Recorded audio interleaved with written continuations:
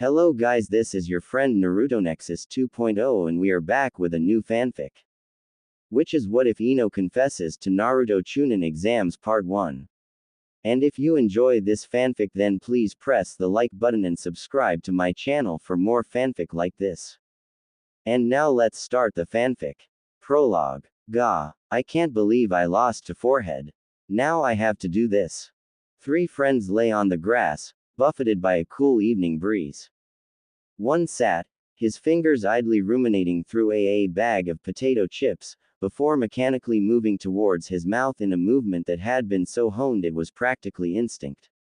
The other lay on his back, his eyes opened just enough to gaze into the clouds, but not enough for his pupils to be visibly seen.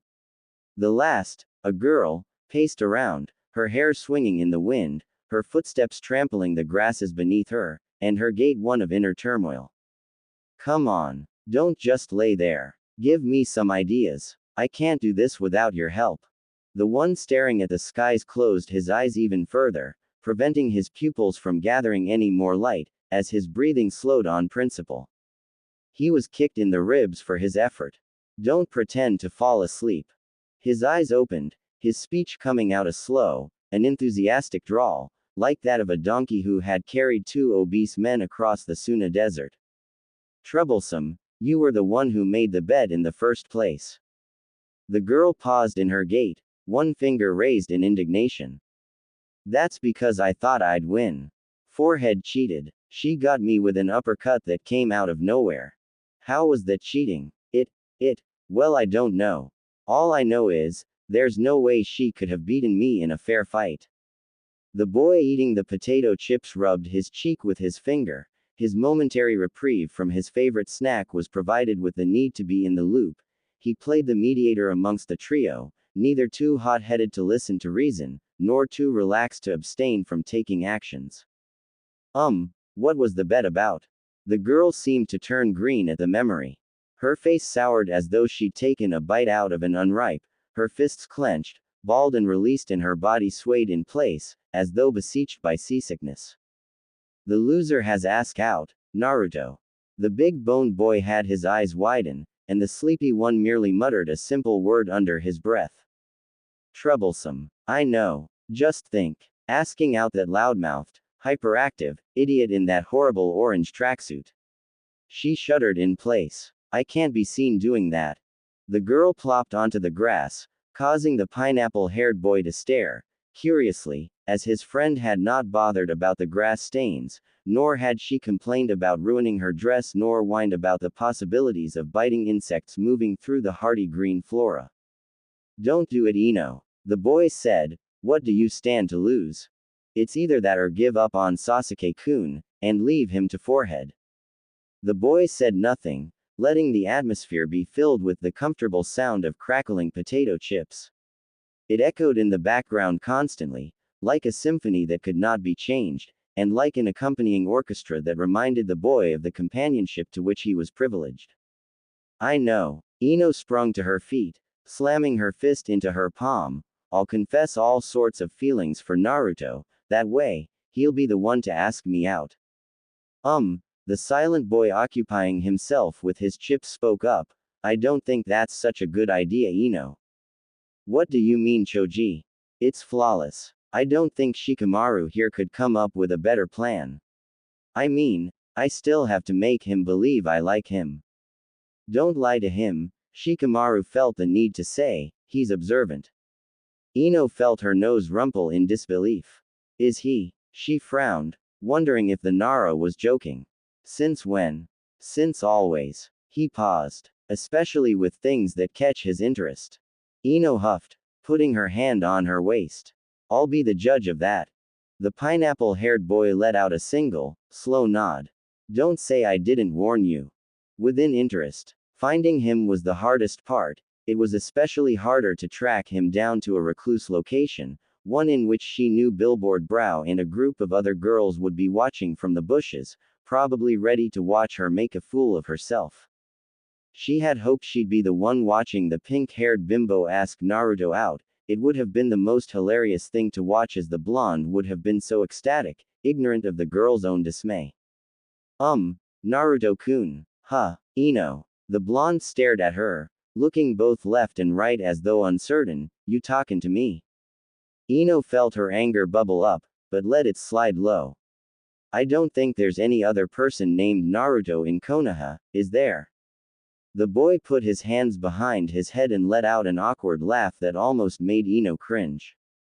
Yeah, I'm the one and only Naruto Uzumaki Datbeo. Ino desperately wished the Shinigami would take her there and then. So, Naruto-kun, there's something I wanted to tell you. Huh, really? You see, Naruto-kun, I've been watching you for a while now, and I didn't want to tell you this, but The words formed in her mouth. As she stared at the inquisitive blue eyes of the shorter blonde, she found herself wondering why they would not come forth. Maybe it was something odd about how his eyes seemed to examine her, or how they lit up with an emotion she could not quite recognize, or perhaps, it was the giggling of the girls she could hear that made her uncertain of how to proceed. She didn't quite understand it herself. This was Naruto of all people. He bounced back from anything, so what if she was going to get his hopes up and lie to his face? She shouldn't care. It shouldn't matter to her. It's not like she was going to break his heart or anything, so why was she unable to find the right words to say? Hey Ino. The sudden exclamation threw her off guard, and she found him staring at her with a concentrated gaze she did not know he had possessed. Why yes. Go out on a date with me. To Ichiraku Ramen. The girl could not have been any more floored if the Hokage himself had pranced by on a unicycle. What? I know it's kinda sudden, but you're a really cool person, ya know. I mean, we've both got awesome blonde hair, though mine is way cooler, and I think you're pretty. She idly wondered if one of her clan members had taken over Naruto's body with the clan jutsu and made him say those words, but instead, she shook it off as the universe being in her favor on this odd particular occasion. Naruto had asked her out on a date, hence, she couldn't ask him out anymore, the bet was null and void. She was free. Ino regained a bit of her confidence, placing her hand on her hips. No way. Why in the world would I want to go out with you?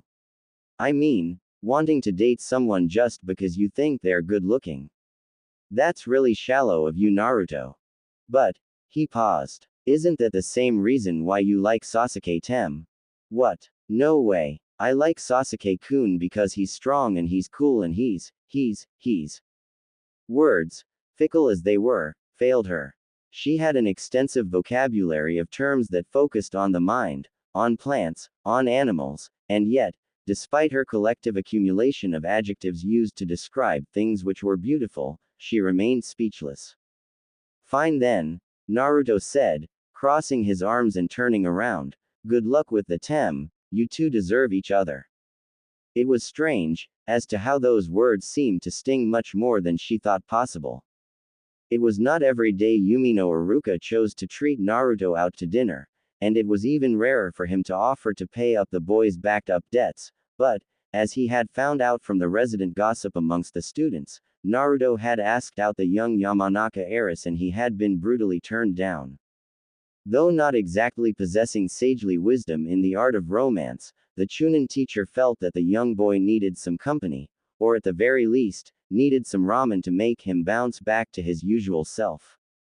Which happened the very second the first bowl appeared. Oi, Tsuki Gigi, you out of toppings. My ramen's looking a little thin. Iruka bopped him over the head. Baka, don't be so ungrateful. To think I actually offered to treat you to ramen after the pranks you pulled in class last week. Naruto's lips turned into a semi-indignant pout. But the broth is like 10% smaller than it was yesterday. And the toppings and portions are smaller as well. Iruka's eyes twitched. I think it's just your appetite that's grown bigger.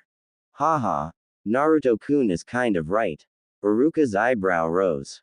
He is. I am. Tsuki nodded. Slowly. Our usual delivery boy is a little late with the order, so I had to cut corners for the ramen. I'm sorry about that. Iruka waved him off. It's nothing. I barely noticed the difference. Only a ramen-holic like Naruto would realize it. Ramen is the food of the gods and everything about it is divine dadbayo. Naruto said, grinning, I know everything there is to know about Ichiraku ramen. Iruka snorted. Sure, and I'm certain you can tell how many toppings are in my 14. Iruka blinked. He stared down at his bowl, and counted, and found himself baffled at the blonde getting the accurate number. Lucky guess. Naruto shook his head as he scarfed down more ramen. Not luck. Oh really? Then how many strands of noodles are left in my 38? Iruka stared into his bowl, slowly counting with his chopsticks, one by one, until he reached the exact number Naruto mentioned. How did you know that? Tsukijiji usually has a fixed number of strands per bowl. It's enough to leave you satisfied, but not too much that it'll make you leave it unfinished. He said between slurps, and, you eat really slow Iruka-sensei. It was ridiculous, to know the exact number of noodles in a bowl, and the speed required to actually consume said noodles, so Iruka found himself staring at Naruto, his mind trying to comprehend what he had just witnessed. Naruto, how many people have visited Ichiraku ramen today alone? Naruto took a huge slurp out of his bowl, 60 or so. Why? Iruka glanced to Tsuki and Ayame, and their widened eyes spoke more loudly than any verbal confirmation they could have possibly uttered. How did you know that?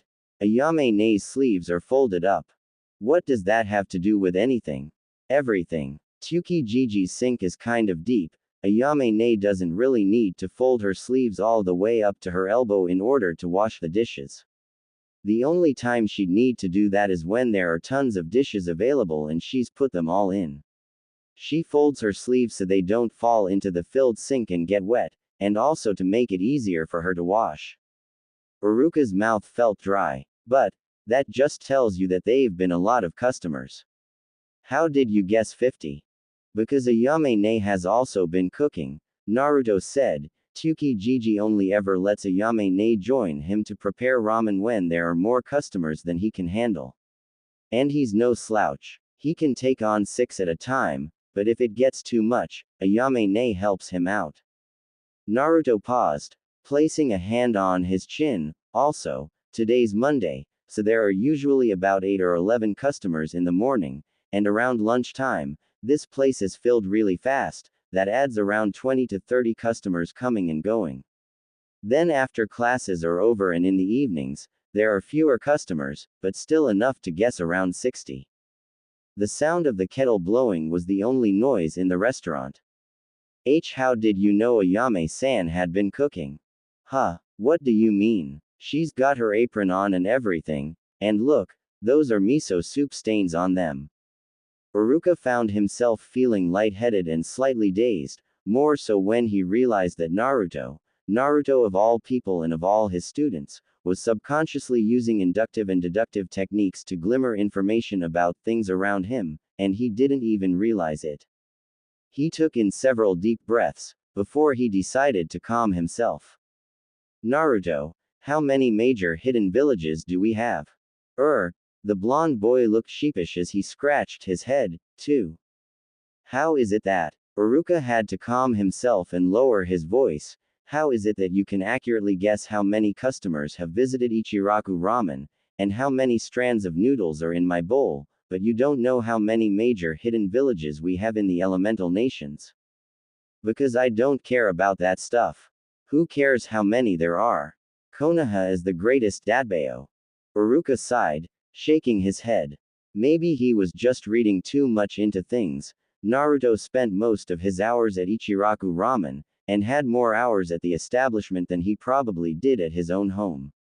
With so much time spent there, it would explain his ability to pick out all the littlest details and things that happened around there with alarming detail and frightening efficiency. It wasn't like Naruto was some sort of hidden genius or anything. No. The very notion sounded utterly preposterous. A thought did however stumble onto the Chunin's mind, and for a few seconds, he contemplated it. Hey Naruto, tell me about how you do your pranking. Naruto stopped, staring at him suspiciously for several seconds. If this is a trick to find out where I keep my gear Iruka-sensei. Uruka put his hands up in a gesture of surrender. No tricks. I'm genuinely curious. Some of your pranks must take careful planning and deliberation. I wonder how you got into it. Well, 2 hours later, Uruka was regretting his decision to ask. While he had been hoping to gain some more insight into Naruto's apparent analytical and deductive abilities, it seemed that those abilities only registered or came up when it came to Ichiraku ramen, or anything ramen related. Instead of finding out more about his student's mind, he was treated to a lecture on the different types of itching powder, the best paints to use for brighter colors, how to carefully set up feather traps, and all sorts of other information that the Chunin truly was not interested in. And then, you have to make sure that you wash your hands thoroughly or the itching powder might still be on you. That's great, Naruto. Wow, look at the time. I've got some scripts to mark and you've got to get ready for school tomorrow. But I haven't told how to use the rubber chicken yet. Uruka nodded, slowly. No need, you seem to have a mastery of pranking that I don't think I can achieve anytime soon. Naruto blushed before rubbing the back of his head with his arm. Really? Of course. And if you applied those pranking skills of yours to your shinobi knowledge, you might even make a brilliant strategist or trap master someday. Naruto's face furrowed up in confusion. What does pranking have to do with being a shinobi? Well, information gathering, reconnaissance, stealth, and the likes. Instead of, say, planting a stink bomb in someone's house, imagine instead planting an actual bomb, or some knockout gas instead. Uruka watched as the gears began slowly turning in Naruto's head.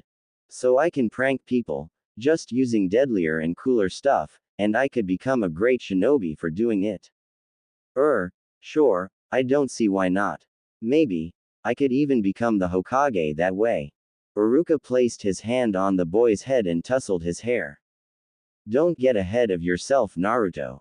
You'll need to make sure you don't fail the academy this time around, and actually learn things. We can't have a Hokage who doesn't know how many hidden villages exist, now can we? Naruto said nothing. Instead, his mind was whirling with ideas and thoughts, and slowly, but surely, a small spark of flame had lit itself within him. And that would make all the difference. Yumino Uruka loved his home.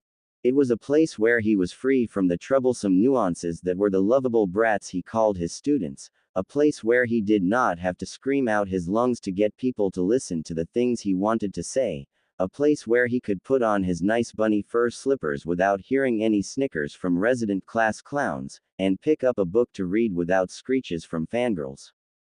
It was the most relaxing place in the world, where he could occasionally practice his shurikenjutsu without getting snorts from overachieving black-haired geniuses, and could likewise have freedom from the eccentricities of his superior commanding officers. Home was truly a place to be. It was for that reason that when Uruka had tucked into his bed at night, switched off his lamp, and said goodnight to his collection of unique plushy dolls, he had expected nothing else more than utter silence and pure, unending tranquility. Pissed. Uruka-sensei. Uruka's mellow eyes answered with a soft sigh. Of course, his subconscious would choose now of all times to mess with him and give him a dream about Naruto. Oh no, he wasn't going to let his mind win. He'd play along for now and see where this went. Yes, Naruto. You mentioned recon and information gathering. Does that mean it's okay to spy on people in the village? Like say Hokage Gigi. Uruka almost giggled. Like Naruto would actually have listened to what he said and then snuck into his house at 2 a.m. to ask such a question. The dream was just too funny to be true. Sure, Naruto, it's all part of being a good trap master. Best to have as much information on everyone as you need. Thanks, Uruka-sensei. You're the best. Naruto complimenting him. Uruka did giggle this time around. Sure. Don't forget to close the window on your way out. I will. There was a shuffle of movement, and suddenly, the sound of his window pane closing reached the Chunin's ears. It took him 4 seconds for his eyes to snap open as he realized that his dream had been far too realistic. He turned to the window, finding the curtain drawn open, and then he shook his head as he rolled back into bed. It was too much of a hassle to go find the blonde boy and tell him that it was probably not a good idea to try and spy on people in a shinobi village, but he figured the blonde wouldn't get very far in his attempt anyway. Besides, it was Naruto. What were the odds of him sneaking around the strongest shinobi in the entire village? Observation. The act or process of observing someone or something carefully in order to gain information. The process of observation was a tool which multiple shinobi relied upon in order to actively succeed in the field. One could even go as far as saying that it was the only thing that kept them alive. An unobservant shinobi was a dead shinobi, and that was a fact. Or at least, that used to be the way things were. Sarutobi Hiruzen sighed as he walked into his office, feeling his legs which had seen the dust of 3 shinobi wars weaken, and he gazed upon his desk with a cornucopia of mixed feelings and emotions. It was a shame, having come from another insufferable meeting made him realize just how much the shinobi world had changed. Back in the times of warring clans era, shinobi were not necessarily the up-and-go supernatural fighters that they were today. No, then, they relied purely on stealth, subterfuge, and assassinations. Living in that era meant always looking up, even when outside in broad daylight and on a large grassy plain several kilometers in length. It meant being cautious about every puddle of mud that you passed or about every shadow that so much as seemed to be moving in a suspicious manner. It meant always making sure you switched your drink with another one before taking it, and abandoning any plate of food which your eyes had strayed away from even for the briefest of seconds.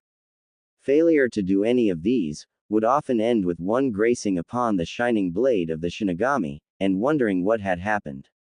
The Sandaime Hokage sat, taking a brief sigh as he stared out into the empty office, his table filled with various documents, some half done, others waiting neatly to be signed, from important tasks like changing the Anbu patrol teams to utterly trivial requests like demanding for a subsidy for kunai traders.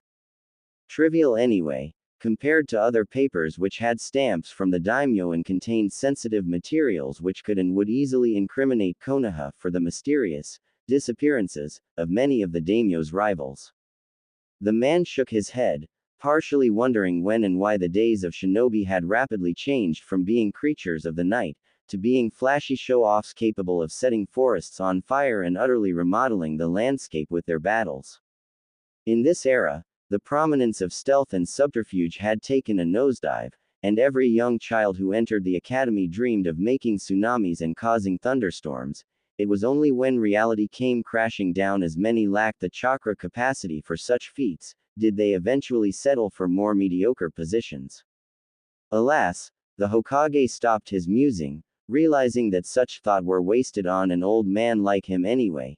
It seemed that there was a new generation afloat, and soon enough he would become nothing but a relic. Shrugging, he ensured that there was none of his Anbu in his office, before allowing a small, somewhat excited smile to come up to his face as he stared at the bottommost drawer of his table. He may not often appreciate his students' conduct when it dealt with women, but even he could not deny that the man wrote some very interesting materials. He reached for the drawer, and slowly, but surely, he pulled it open, his perverted grin widening slightly.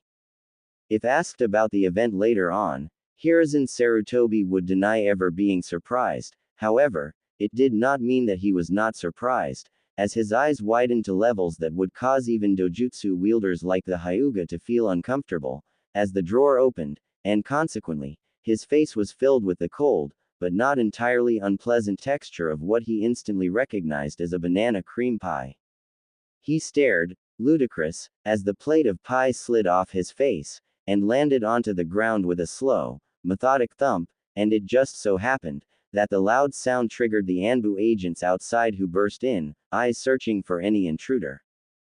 The 2 agents paused, staring at their Hokage, and though Hiruzen could most definitely not see through their porcelain masks, he was certain that they were doing everything possible not to show their mirth.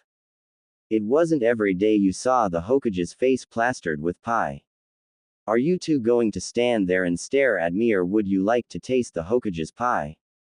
His words seemed to jar them, and it was almost like he was daring them to laugh. Yes, Laugh at the man who could demote you to a genin and make you spend the rest of your entire military career scooping dog poop. Go on, laugh. Thankfully, they had more common sense than that, and the female Anbu, codenamed Nako, had the decency of handing him a fresh towel. The old man cleaned the cake from his face with the towel, before placing it down, his eyes doing their best to refuse twitching in annoyance.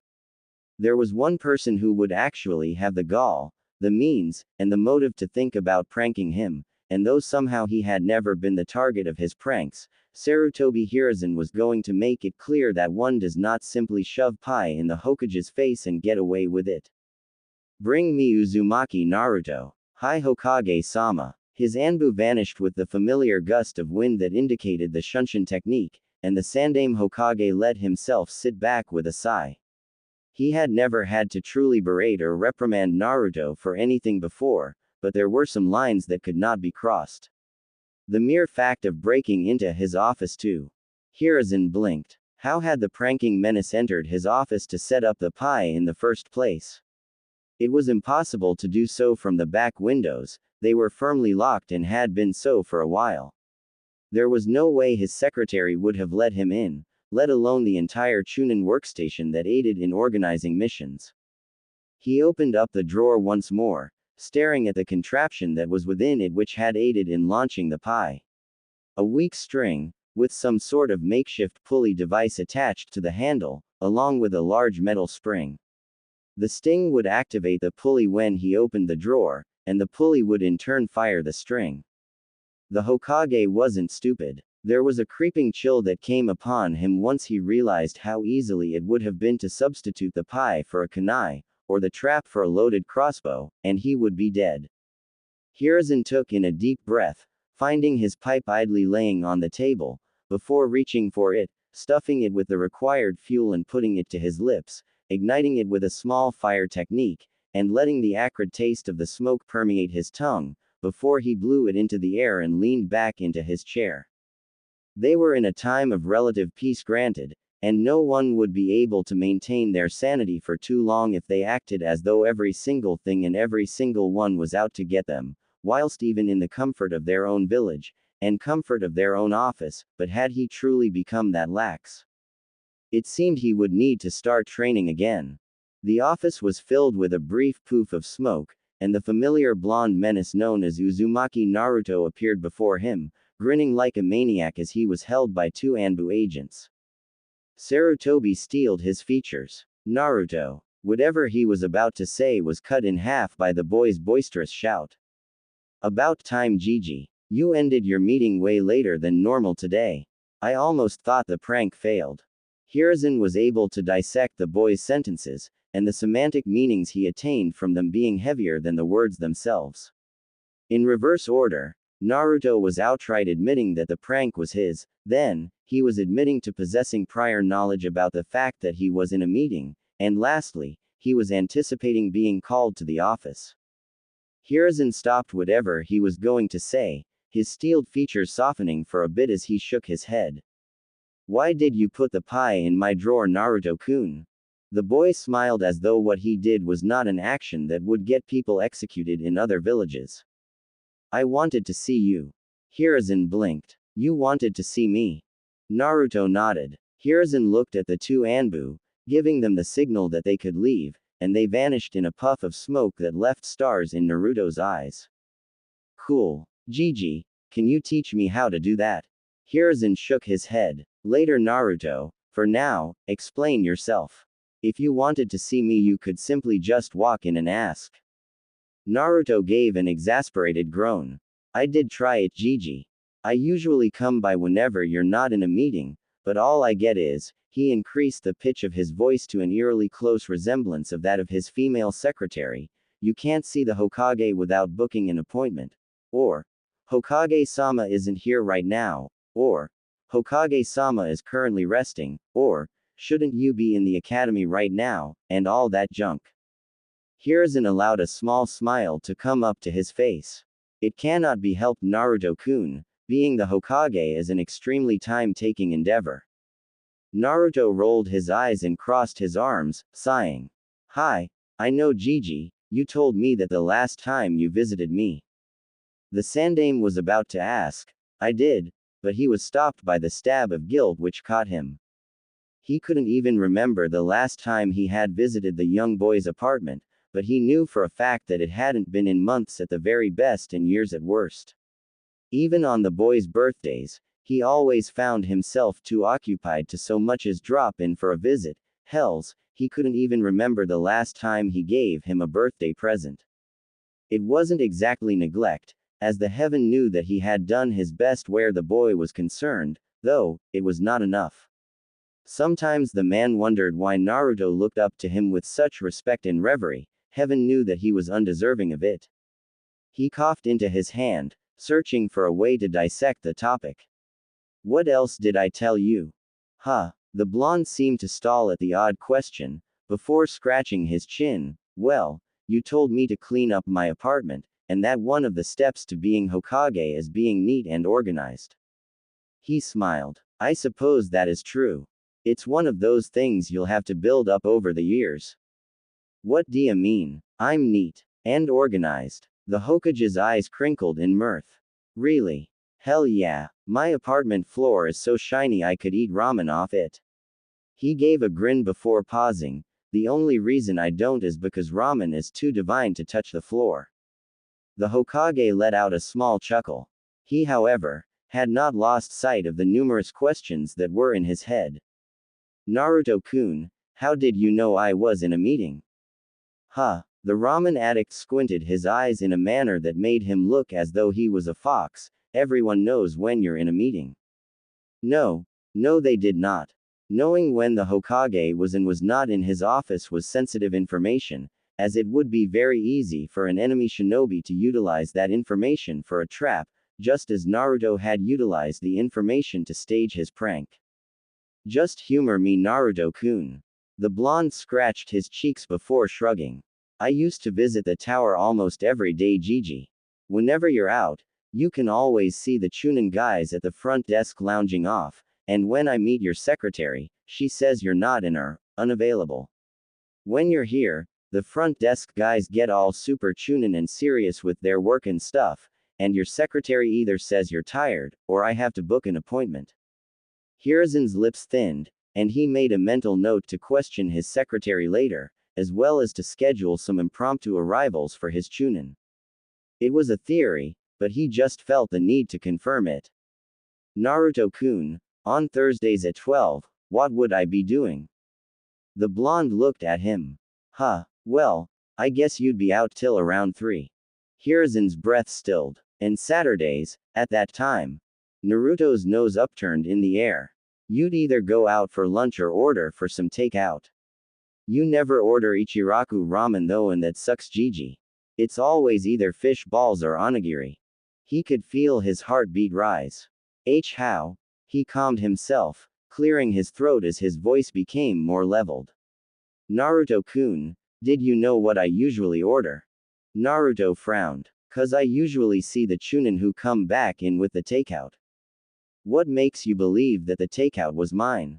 Naruto scratched his chin. It's kinda weird and wrong for Chunin to buy takeout and bring it back to the tower and eat it here, when they coulda just used the time spent to buy takeout to, eat out. Hiruzen slowly nodded. Yes, that's true. Hiruzen watched as the resident prankster seemed to stare at him with something in his eyes akin to recognition and curiosity, and if the Hokage did not know better, he would claim that the boy's eyes gained a certain level of depth and focus to them, resonating brilliantly in a manner that he had only ever seen from geniuses the likes of Namikaze Minato, Uchiha Itachi, and most frighteningly, Orochimaru. Then as soon as it appeared, it was gone, and the blonde boy squinted his eyes, crossed his arms behind his head and pouted. Oi, what's up, Gigi?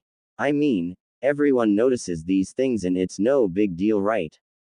The Sandaime simply stared at him, snapping out of his bizarre trance as he realized that clearly the young boy did not realize memorizing the Hokage's schedule was in fact a very big deal.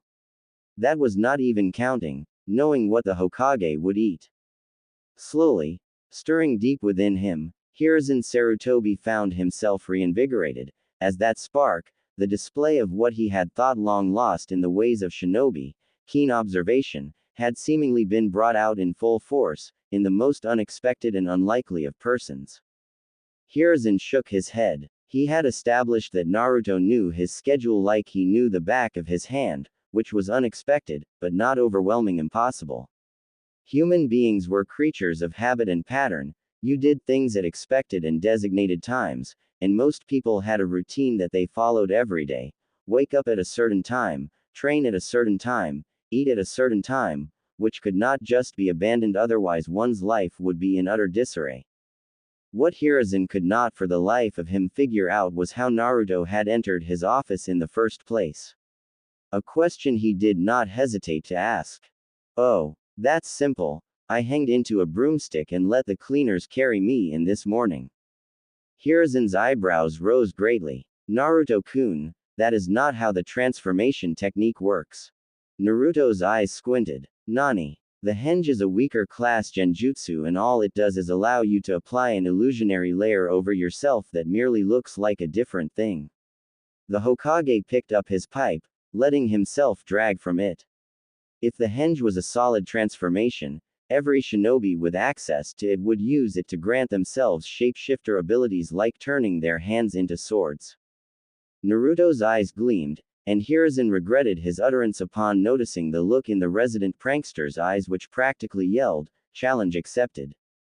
Henge. Hiruzen could only let his pipe fall from his lips as he watched a single, one-edged, Anbu edition katana appear in front of him with a burst of smoke, eliminating the boy in its place. The Hokage rose up, feeling his ankles groan slightly as he reached the blade, grabbing it, and actually swinging it around like it was an actual sword. He put his hand to the edge and actually watched as a small trail of blood emerged from the cut. Amazing. He placed the sword down and it transformed back into the blonde, who was grinning with an "I told you so" expression on his face. You're oversaturating the technique with chakra. Over what? You have very large chakra reserves, Naruto. As a result, you're oversaturating your techniques. His tone took on one which befitted his title as the professor. Fundamentally, when you oversaturate a technique like, say, a fireball, all you would get would be a roaring wildfire, and likewise when you oversaturate something like a water gun, you would get a tsunami. Of course, this lack of control and precision is expected with elemental techniques, but the henge isn't an elemental jutsu. Hence, all the excess chakra had nowhere else to go but back into the technique, granting the illusion tangibility and giving you the properties of whatever you transformed into, though I highly doubt it grants you the same durability. Hiruzen finished, expecting to find Naruto either looking at him with awestruck eyes, or with orbs clearly lost in confusion, but instead, what he found was that same focused look again, one that seemed to wield a surprising amount and made his orbs look like the view of the ocean from across a horizon. But, then why can't I make a single stupid bunshin? Shouldn't I be making like thousands of them instead? You are having problems with the bunshin technique. That's the first I've heard of this. The stupid thing is the reason I failed the graduation exam. Hiruzen rubbed his beard as his eyes slowly closed in contemplation. Show me. He watched as Naruto moved into the familiar seal, feeling the massive build-up of chakra before the room was engulfed in smoke. Bunshin. Once the smoke cleared, Hiruzen spotted 4 pale, lifeless facsimiles surrounding the boy, none of which would be capable of fooling infants for even a split second. I see. The technique requires less chakra, and oversaturating it causes it to lose its effectiveness as the illusions have more chakra than they actively need to function. Think of it as having more blood in your body than your heart can properly pump and process. You will not pop immediately, but you certainly will not operate at normal capacity. Naruto frowned, staring at the man. So how do I fix it? The Hokage rubbed his chin. Simple. You simply need to utilize better chakra control exercises. The greater the control of chakra you have, the less likely you are to oversaturate your techniques. He walked over to the wall, where portraits of Hokage's past hung, and moved aside his own portrait to reveal a safe within it. He turned the dial, the numbers still clear in his head before swinging it open. He began searching, pulling from within it several files before he eventually found one dusty, extremely faded-looking sealing scroll. He looked at the scroll, contemplating it for a few seconds, the memories which the scroll possessed and their sheer nostalgic value for a brief moment, seemed to overwhelm the pragmatic use of handing it to the boy and passing on of knowledge to the future generation. Shaking his head, he eventually handed over the scroll to Naruto. The boy seemed smart enough to be able to work with it, and he wasn't a shinobi just yet, merely an academy student. That, Naruto-kun, contains what I used to teach my pupils, several years ago. From different jottings and notes, to the very basics of chakra control, all of it is yours to peruse. Naruto stared at him with wide eyes. Why you're giving me this? I don't know what to say, Gigi. No one's ever given me anything like this before. Hiruzen's heart clenched. Well, Naruto-kun, consider it a gift from me to you. Once you graduate from the academy and become a genin, feel free to come by and I just might teach you a jutsu or two. Really? He winked at him. I am called the professor, Naruto-kun. I think it would only be fitting for me to profess as much knowledge as I can. He did not quite anticipate the hug from the young boy as he tackled his leg, before letting out a melancholic smile as he patted his head. Thanks, Gigi. You're the best. Think nothing of it, Hiruzen said, as Naruto detached himself from him. So Naruto-kun, why exactly did you want to see me that would make you resort to trapping pies in my office? Naruto tilted his head in seeming confusion.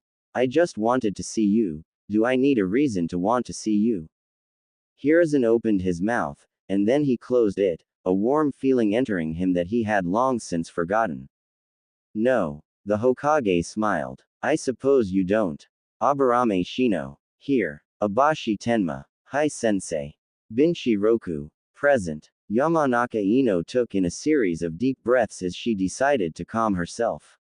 She was a member of the Yamanaka clan, which prided itself in its mind arts, and as such, she, as well as numerous others privy to the intricacies and delicacies of the clan's workings, were expected to keep a level head, and to calmly analyze any and all scenarios which came before her. The Jonin would find angrily snarling as he kicked a stone down the street and brandished his kunai at any minor offense was more than often troubled, and his temporary anger which he displayed was not an enduring personality trait, but rather, more than likely it was a standalone feature that had arose due to external circumstances. Hyuga Hinata. Hi sensei. Inazuka Kiba.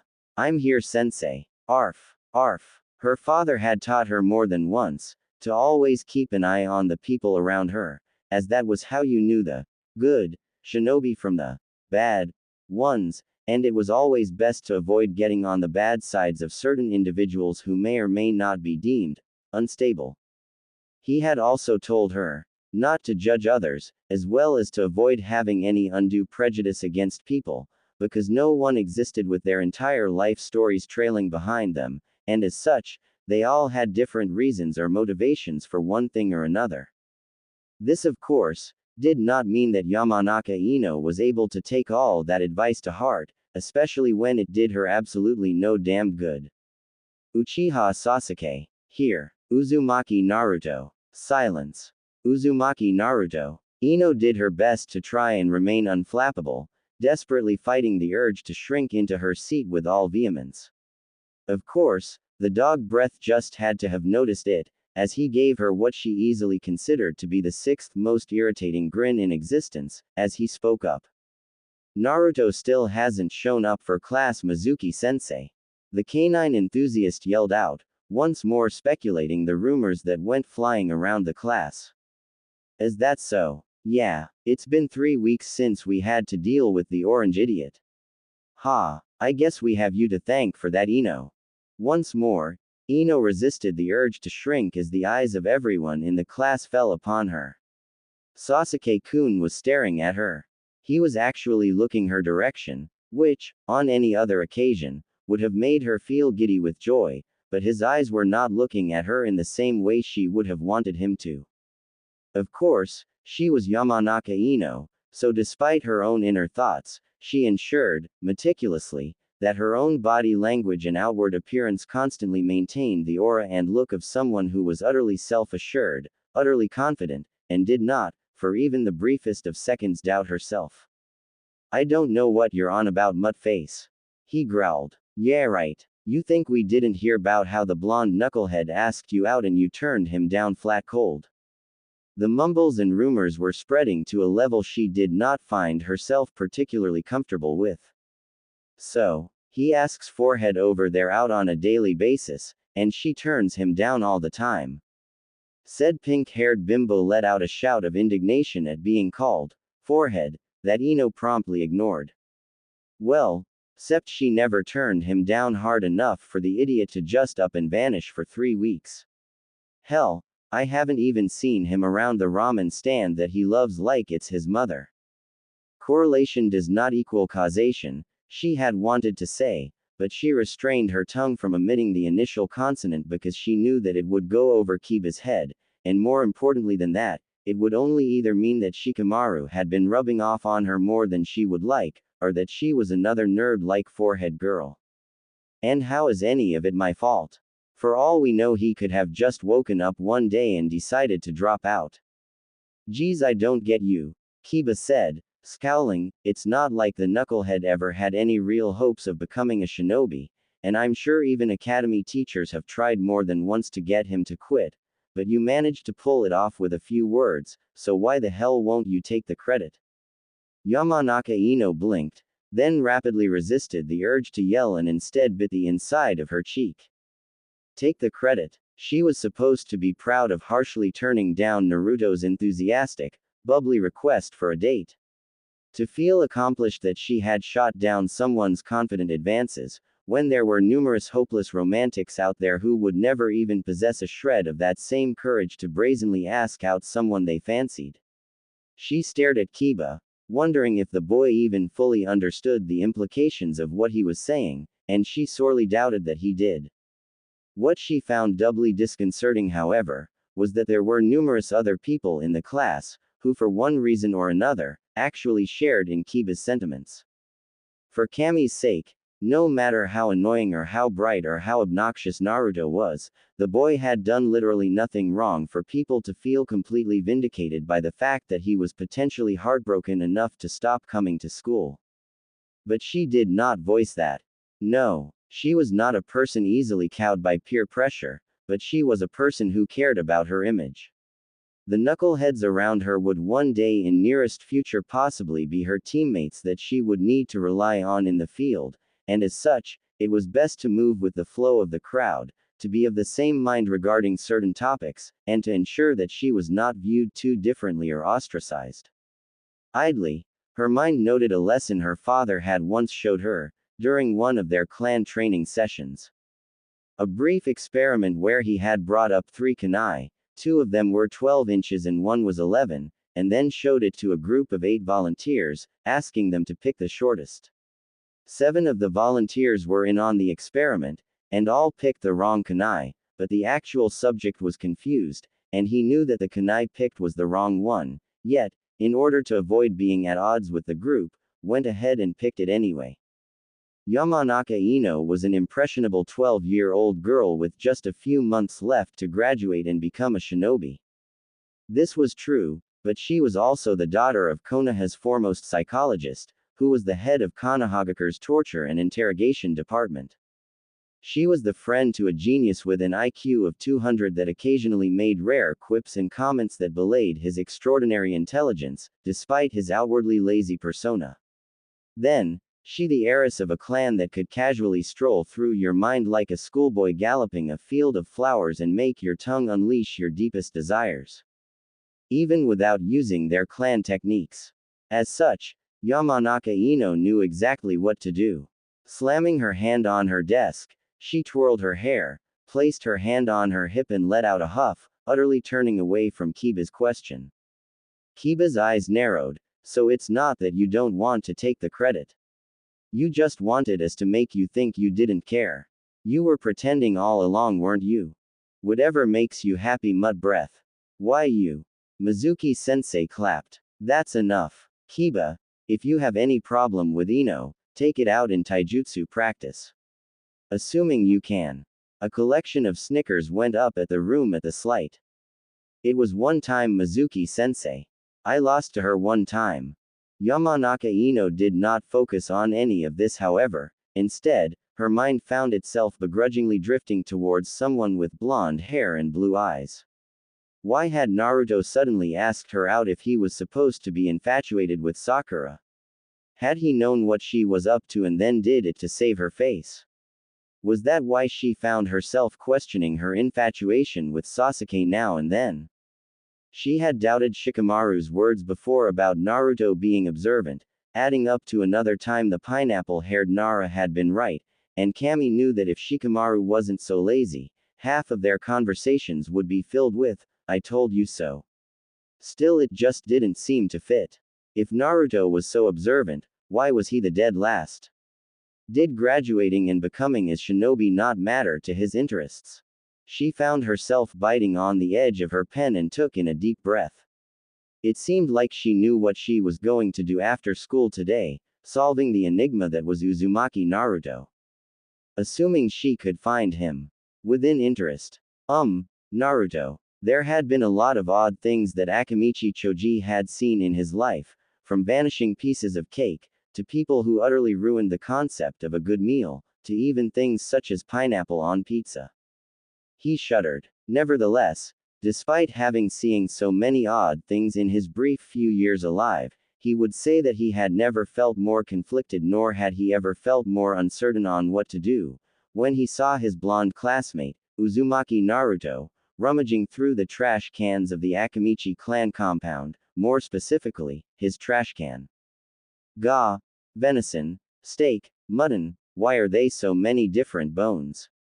I don't even know what this one is supposed to be, turkey or rabbit. Choji awkwardly stopped eating from his famous bag of chips, rubbing his arm in a particular manner that didn't aid in alleviating the awkwardness. It had now been 4 weeks since Naruto had shown up in class, and Ino had been reserved ever since there were some allegations that it was because she had broken his heart that Naruto had been skipping out on school. Choji thought that it was a lot of baloney, but Ino didn't feel that way, and no one knew what to make of the situation. This past week, however, the blonde had been seen out of class, doing numerous odd things. For instance, he had been sniffed out by Kiba on one occasion, and after being called out, he admitted that he was planning on pranking the Inuzuka. Likewise, the same thing occurred for Shino, and no one knew why he would even want to prank those two. Now, however, Choji did not know what to make of seeing Naruto doing that. Of course, the Akamichi didn't particularly know just how lucky he was, to have been born into a major clan, to have had loving parents and to enjoy magnificent meals every day, and though it was easy to forget, Naruto had no parents, had no one to cook for him, and pretty much lived on his own. He never truly realized how privileged he was until he saw his own classmates seemingly scrounging for scraps. Naruto, you don't need to eat out of the trash can, we've got plenty of food. Naruto stopped scrounging, the light of the slowly setting evening sun casting a weird glow as he raised his head from the pile of dirt and his eyes regarded Choji with a confused expression. I said you don't need to eat out of the trash can. What? This. I'm not that pathetic that I'd scrounge around dumpsters for food. Choji stared at him, a cool breeze passing by that somehow seemed to cement his words. True. Naruto did seem to be the type that was too proud to actually be seen doing something like that. Then, what are you doing? That thing you do where you take old stuff and make new things with it, what is it called again? You're recycling. He snapped his fingers in confirmation, grinning. Yeah, that's it. Recycling. Naruto, you're only meant to recycle papers, plastics and metals, not junk food items. The blonde blinked owlishly. Says who? Choji shrugged, watching as Naruto seemingly pondered about it for all of 3 seconds, before hefting over a large bag over his shoulder and dropped it on the ground, wiping the sweat off his brow. Now that the young Akamichi heir thought about it, He realized that Naruto shouldn't even be in their clan compound, much less searching through their trash. How had he passed the guards and the gate? He. This haul was awesome. With this, I'm going to become the greatest shinobi that ever lived. Datbeo. Choji stared at him with no small amount of confusion. With trash, Naruto grinned. With treasure. Choji was looking at him owlishly. I don't understand. Your favorite chip brand is the Tachino chips. You never buy the really saltier versions and stick to the bags instead of the cans because you hate it when you can't get your hands down in it to get the last ones. Choji blinked. Tachino chips are kinda rare though, really rare, and freaking expensive too. And you breeze through about 6 a day, every day. That's not even counting all the feasts you call dinner. Choji, you're loaded. Choji choked on his potato chip. And not just you, your entire clan is loaded too. I mean, I didn't even know that the Akamichi clan totally owned like half of the farmlands that make all the food that everyone in Konoha eats. But you guys are so cool and mellow that no one realizes that you're the richest clan in MMPH. Choji had heard enough as he proceeded to cover Naruto's mouth, eyes darting left and right as he let out a sigh. Good-hearted boy and avid foodie he was, but he was also being groomed to be the future head of said Akamichi clan, and there were some things that needed to be left under wraps. Yes, the Akamichi clan was rich, stinky damn rich, probably richer than the Hyuga and the Inuzuka clans combined. Of course, the reason why their wealth hadn't drawn undue attention was because they were also the most underestimated clan in Konoha. They were the big friendly giants who simply loved their meals and would leave you alone in peace as long as you did not mention anything about their weight. As such, no one would ever find anything wrong with these people having extraordinary wealth. Of course, the Akamichi found no problem with it, being underestimated suit them just fine. Naruto, how did you know all that? Just think about it, Choji. He had a glint in his eye. Garbage tells all. The stuff you throw in the trash can tells way more about you than you can believe. The blonde began counting on his fingers. Uruka-sensei's hobby is woodworking, his favorite drink is cherry juice, and he eats tons of fruits and cooks all his meals himself. Sakura-chan uses 3 different conditioners at the same time, and she's on a diet for now. Sasuke-tem seems to like tomatoes a lot, and he's a terrible cook. Choji brought him to a stop. It was impressive, unorthodox and greatly breaching the privacy of several people, but impressive nonetheless. Naruto, just how many people's garbage have you scrounged through? The blonde paused for a second, before shrugging. Counting you, everyone. Choji almost choked on his chips again. Everyone in Konoha. Huh, no, I meant everyone I know. He gave a proud grin. Why do you think I haven't been at the academy for a while? Choji calmed down significantly at that. So Naruto had been doing recon on every individual he knew. That's incredible. You're telling me I had to henge into a one-legged cat to fool the Hyuga clan guards, and cover myself in puppy piss just to fool the Inuzuka dogs, and don't even get me started on the Aburame and their insects.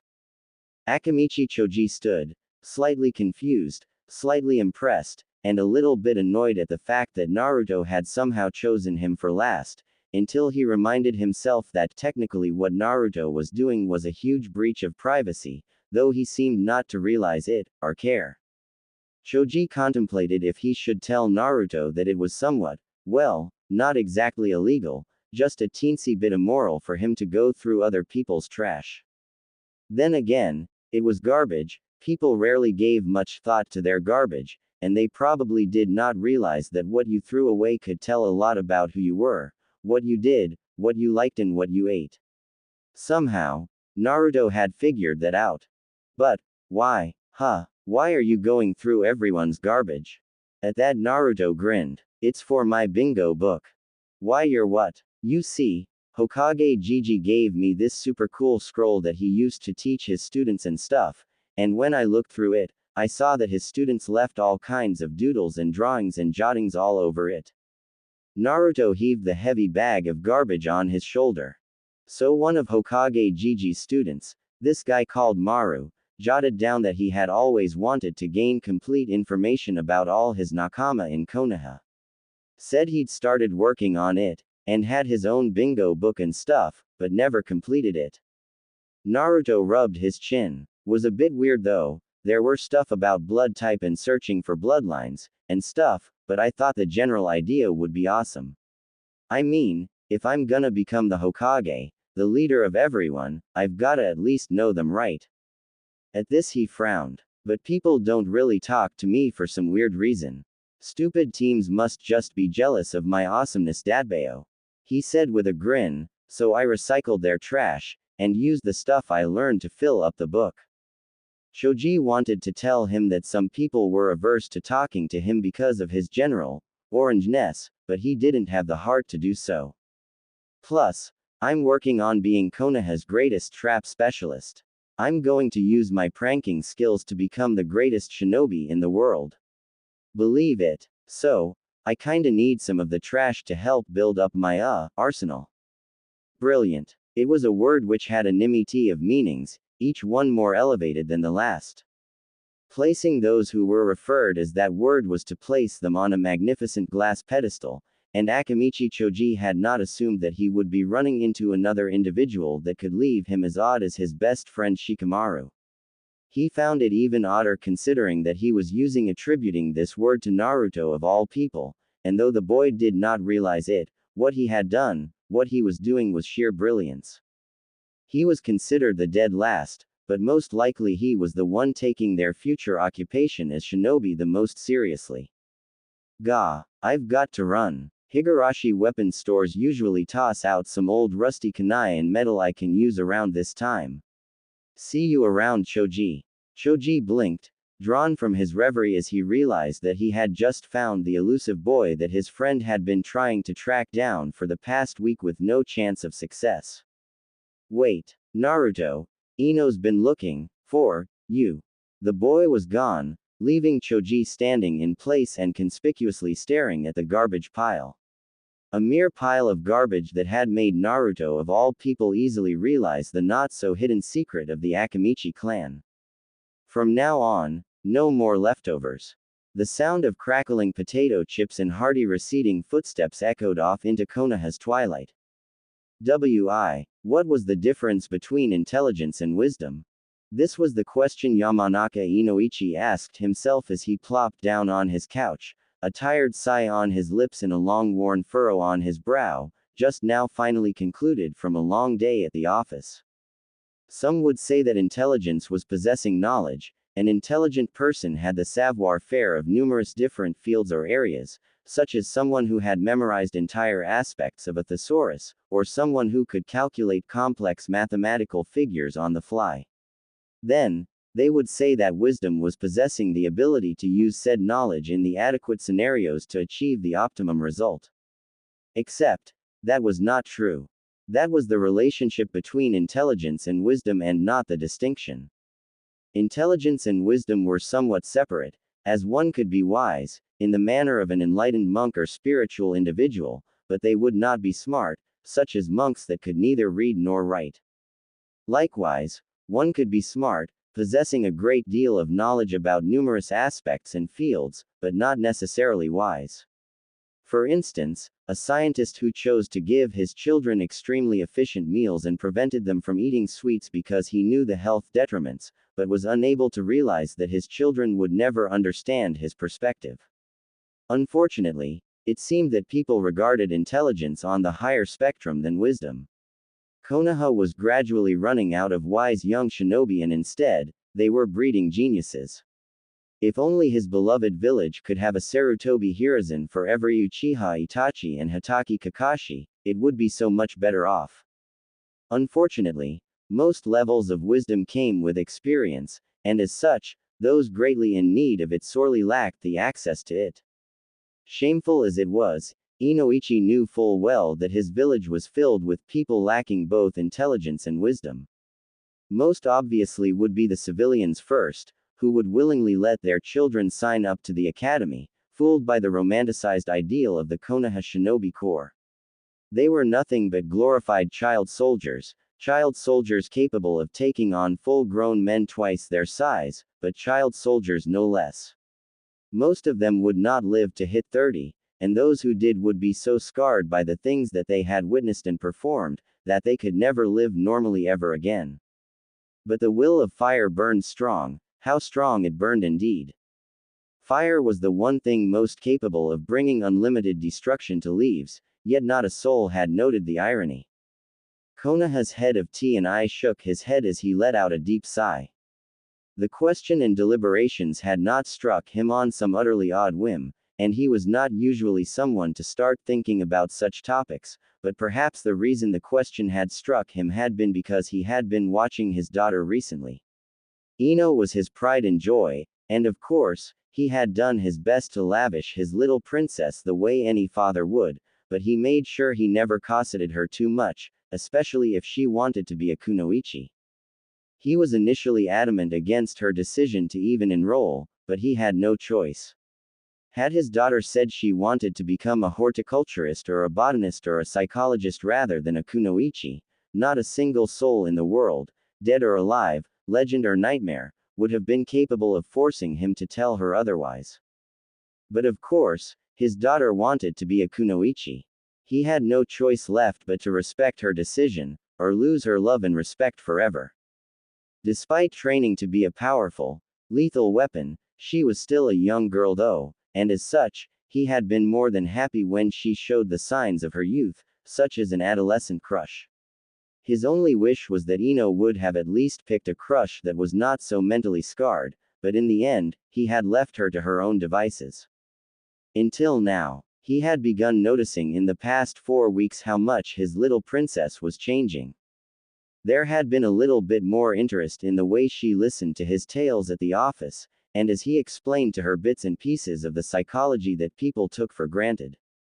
Then of course, the frequency at which she mentioned the Uchiha's name had hit a sudden decline. Whereas he could have previously counted a minimum of 16 counts per day, it had dropped to a mere 5, and each time the topic was brought up, she bit her lips, her eyes furrowed, and her nose rose, just a smidgen. Something or someone had made her re-evaluate her infatuation, and she was inwardly conflicted. He would usually leave the issues of boys to her mother to handle, not because he was inept, but rather because he felt there would be more of a bond between his wife and his daughter discussing over such sensitive feminine issues. Of course, when she began leaving the house and returning each day, looking more tired and frustrated than the previous, he decided to intervene. Ino-chan, is there anything bothering you that you want to tell me? She had pursed her lips. Well, her hesitation alone was not a good sign. I did something, I think I did something, to someone, that might have been kind of bad, and I've been trying to find them to apologize, or explain, or something, but. Inoichi eased her. Calm down, Ino-chan, go gently, from the start. She frowned. What do you do when someone just changes? Does things they've never done before? Or if their actions don't match what you know about them? Inoichi rose an eyebrow. Is this about a boy? Ino sighed. Yes, daddy. Ino, I've never really supported your crush on Uchiha Sasuke, but if he's the reason for why you've been so emotionally frustrated. It's not about Sasuke. Those words threw Inoichi for a loop, his mind recoiling as it tried to wrap itself around that information. First, there had been no affectionate suffix added to the name, and second, his daughter had another crush that wasn't the mentally perturbed survivor of the Uchiha clan massacre. It's not. Then who? It's Naruto. That suddenly. Inoichi's mind slammed the brakes hard at that point. Naruto. As in, Uzumaki Naruto. The resident prankster of Konoha. The secret orphaned son of the Yondaime Hokage. The current container for Kyubi no Yoko, the strongest of all tailed beasts that had ravaged Konoha 12 years ago. Nope. Nope. Nope. Why? Why couldn't this be easy? Why couldn't his daughter just be interested in some no-named average boy? He would have taken a boy with greased hair that wore 20 types of leather and I heart mom tattoo plastered on his left shoulder, over him. He had no personal bias against the boy, but he did have a personal interest to keep his daughter safe no matter what, and unfortunate as it was, merely being a Jinchuriki put him on the list of people to get Ino as far away from as possible. He did not fear the boy going out of control, for he trusted the Yondaime's sealing ability, but the sheer power he wielded would put him in the crosshairs of powerful and dangerous individuals. Individuals that he did not want 1,000 feet near his daughter. He needed to defuse this situation very carefully. Ino-chan, you said Naruto suddenly did what now? He asked me out. What? I know. That was my reaction too. He spent half of the time in the academy pestering Sakura for dates, and she turns him down, and then all of a sudden, he just asks me. Why? Why all of a sudden and then the way he did it? She abruptly stopped, and Inoichi's eyes narrowed. There was information that his daughter was intentionally keeping out of the discussion. Anyway, Shika says that it's because Naruto is actually really observant when he's dealing with things that catch his interest. He did. Inoichi knew that Nara Shikamaru was just as astute as his father, perhaps even more so, but he was lacking in the much-needed wisdom that would probably make him surpass Shikaku. He did, but it doesn't make sense. If he's so observant about stuff, why do his grades suck so much and why is he the dead last? Inoichi swore under his breath. Champing breadsticks. If what Ino was telling him was true, then there were two possible unfortunate implications, neither of which was comforting, and both of which constituted as threats or serious issues to Konoha's safety. The first implication was that Uzumaki Naruto was intentionally downplaying all his skills and abilities, for whatever possible reason, and depending on how observant he truly was, it was more than likely that he knew who his father was, and what was sealed inside of his stomach, yet opted to keep it to himself. When children found themselves out of their depth or seeking knowledge or wisdom, they looked to adult authorities for guidance and explanation. If Uzumaki Naruto was aware of his true heritage, and of the reasons of the numerous bias against him, and the fact that a giant beast was sealed inside his gut yet had intellectually chosen not to mention it or blurt it out, and continued as though absolutely nothing was wrong, then there was a problem. From a psychological standpoint, it was downright terrifying and it marked him as a greater flight risk than Uchiha Sasuke ever could be. The second implication, of course, was somewhat lighter, and it meant that there were serious levels of bias against the boy, and he was more than likely being either taught wrongly, or intentionally failed in order to ensure that he did not graduate. It meant that there were shinobi amongst the ranks who had let personal bias interfere with objective judgment, and they needed to be sanctioned and undergo screening to see if they were truly worthy of being in the shinobi corps. After all, if you let your emotions bleed into your job when all you did was to teach, who was to say that on a mission, you would not choose to let your emotions take sway and then instead of assassinating a target, you let them escape? Of course, if Uzumaki Naruto was being taught wrongly, would he not have complained? Or was it that he was unaware of the fact? But if he was unaware of the fact, that brought his supposed perceptive prowess into question. Daddy, you're making that constipated face again. Goddamn it, Shikaku. He sighed. Having that man as a best friend for the greater half of his life had made him paranoid and caused him to analyze things more than was sometimes needed. For all he knew, Shikaku's son was wrong, and Uzumaki Naruto was not some overly perceptive genius mastermind intentionally hiding his skills in order to be severely underestimated by the Konohan populace whilst he plotted revenge for being ostracized, orphaned and denied his legacy. All right, Ino-chan, if you want answers, find Naruto and invite him over to dinner. I can't. I've been searching everywhere for him for the past 4 weeks and I still can't find him. Oh dear. He skips out on the academy. Daddy, it'd be easier to count the number of days he's been in class than the number he's been outside of it. Oh no. And no one knows where he goes. No one questions what he's been doing with all that extra time he spends outside of class. Inoichi took a deep breath. It seemed he would be scheduling a meeting with the Hokage soon. Within interest, Tenten was a simple girl. She liked weapons, sharp objects, pointy blades, and everything in between. She enjoyed training, swordsmanship, archery, and improving her aim and control over either blunt or pointy objects which could be utilized in battle. Despite having only under a year's worth of experience as a genin, and serving underneath what could only be described as a circus act of insane teammates, she had done well for herself, and liked to believe, at the very least, that she was sane. Though her hair was frazzled and she had bangs over her eyes, and her body was tremendously sore from having her butt kicked all over the place by the taijutsu freaks in her team, and then having to handle several D-rank missions afterwards, and of course, performing team training exercises of racing around the village with one hand tied behind her back, she believed that the stress wasn't getting to her, and she still lived a simple lifestyle. Of course, getting back home and meeting her foster father still at work in the forge, crafting shinobi weapons had been one of the few relaxing things she had enjoyed.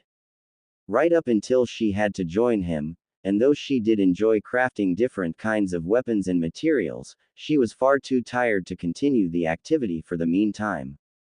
Eventually, all her works had been crafted so poorly that she had no choice but to throw the metal away into the large trash bins provided for the residents of the area, seeing as how they were not even salvageable enough to be reforged into something decent. This, however, was where Tenten felt she might snap. No sooner had she tossed away the materials, did she hear the rustling of a figure moving within the night and shadows. She had first thought it was her tired mind playing tricks on her, right up until she saw, with full certainty, that there was a creep actually rummaging through the trash cans, and she felt her irritation rise. Of all the nights, she reached for her holster, drawing 3 shuriken. She of course had no intention of seriously hurting the fellow, she only meant to scare him off, a form of intimidation to make the person think twice about doing something as unethical as rummaging through another person's trash. With a flick of her hand, she sent the 3 shuriken flying, enjoying the sound they made as they whistled through the air. Only for her to blink, several seconds later, as she did not hear the sound of them hitting their target. As a matter of fact, she heard no sound at all, as though the shuriken had simply vanished in midair.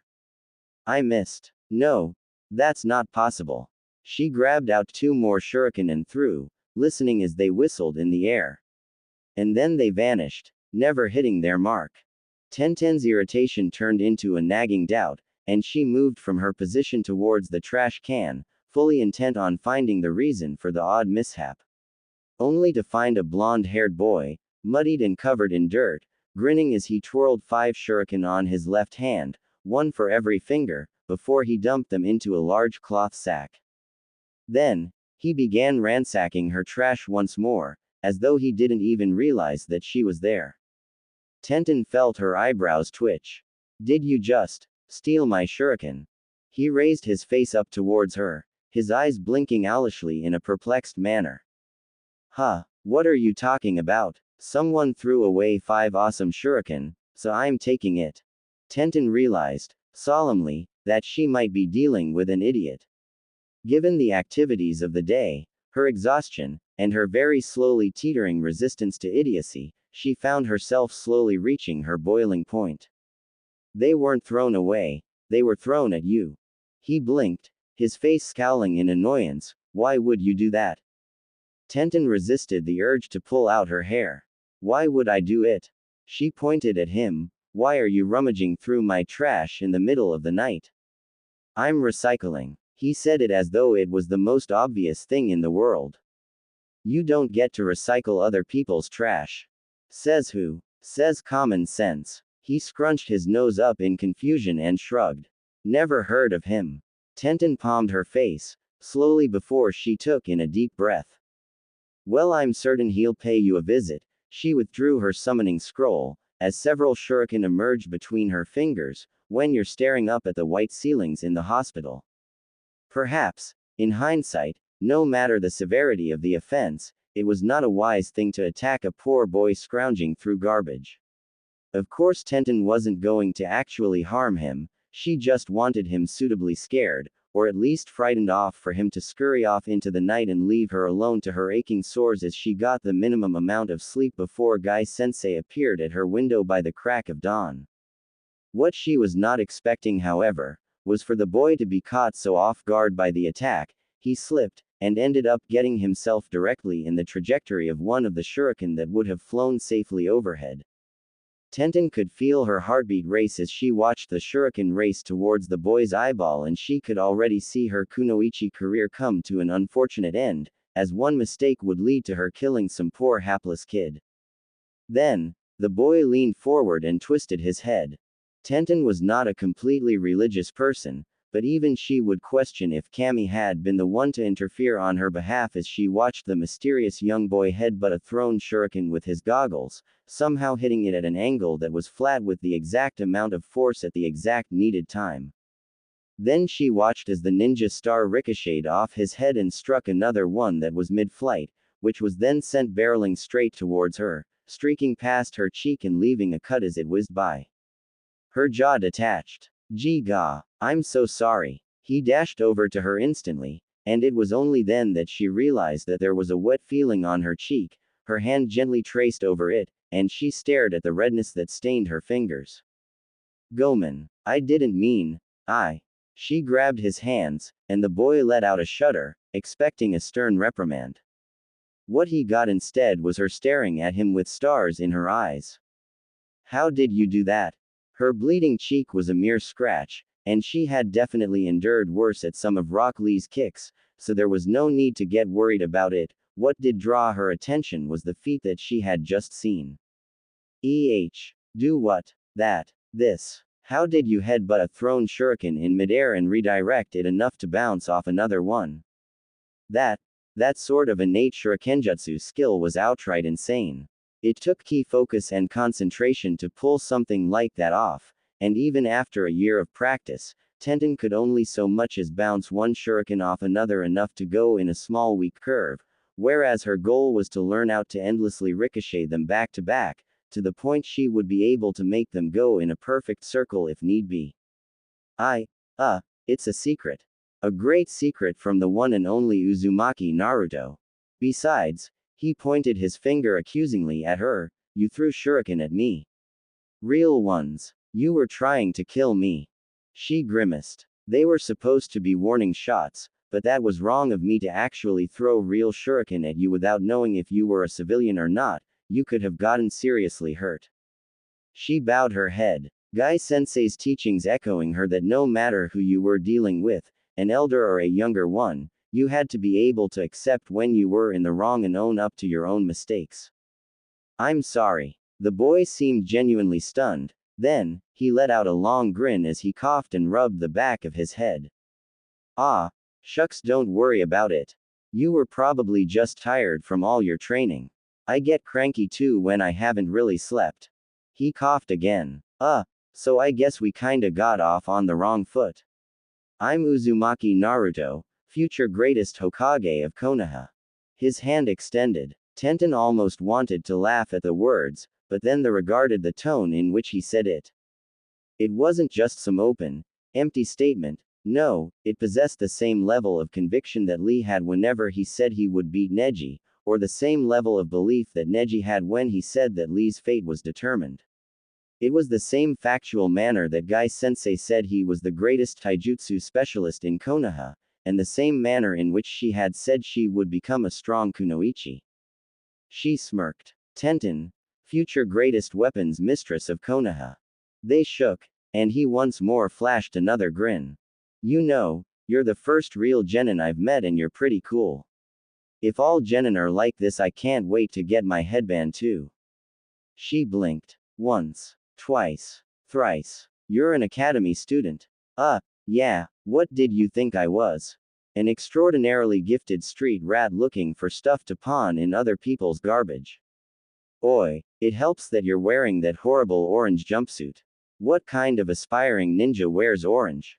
Oi, don't mock the orange. And what is that posture? Is that a taijutsu stance or is the ground recoiling from your advances?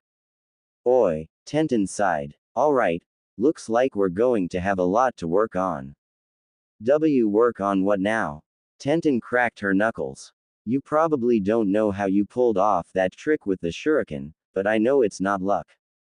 I'm going to figure it out how you did it and repeat it if it's the last thing I do. Naruto blinked. What? It was early, ridiculously so, as the sun was just peeking through the horizon, and the atmosphere was still chilly and filled with morning dew. Despite this, the Sandaime Hokage, Sarutobi Hiruzen, was in his office quite earlier than most. This was because he had a meeting scheduled earlier than normal, but he would not deny that upon hearing that Yamanaka Inoichi had requested a meeting, he was expecting a more serious topic than that of Naruto. Still, he would give Inoichi the benefit of the doubt, considering the extenuating circumstances. It was not entirely the first time a clan head had approached him about the blonde. What do you know about Uzumaki Naruto? Sarutobi Hiruzen would have found this question odd, and then laughed at anyone who actually had the impetus to ask him such a question. Except, when it came from one of his most trusted shinobi, and the appointed leader of his T&I department, then it became another issue entirely. He responded what he knew about the boy, his parents, his background, and of course, the secret that was sealed into him. What do you know about Uzumaki Naruto personally? With that question came some guilt, as he had not invested much time into the boy's life and affairs, but what he did know was that the boy had a fondness for ramen, a penchant for pranks, was often loud and boisterous, and wished to become the Hokage of Konoha. What else? What else? Well, that is, the Sandaime Hokage of Konoha found his lips furrowing into a sad thin line. That was, as a matter of fact, all he did know about the boy. Hokage-sama, what if I told you that those qualities you mentioned are what everybody knows about him, and nothing else? Hiruzen's nose rumpled. What? Yesterday, Hokage-sama, I met with his Chunin Academy instructors, and before that, I met with a select few of his classmates, and likewise still before that, I met the owners of the Tsuki ramen stand. All of them, every last one, when I asked them to tell me what they knew about Uzumaki Naruto, they recounted these exact same three things. Yamanaka Inoichi raised 3 fingers. He loves ramen. 1 finger down. He likes pranking. Another finger down. He wants to become the Hokage. The Sandaime Hokage placed his hands on his desk as he gave Inoichi a stern but contemplating look. Had this been anyone else other than Yamanaka Inoichi, he would have stopped listening and waved off their concerns on accounts of blatant paranoia and some hidden bias against Naruto. However, Yamanaka Inoichi had known Namikaze Minato, and the two blondes had been friends and comrades, to the point in which they had sometimes worked on the same team.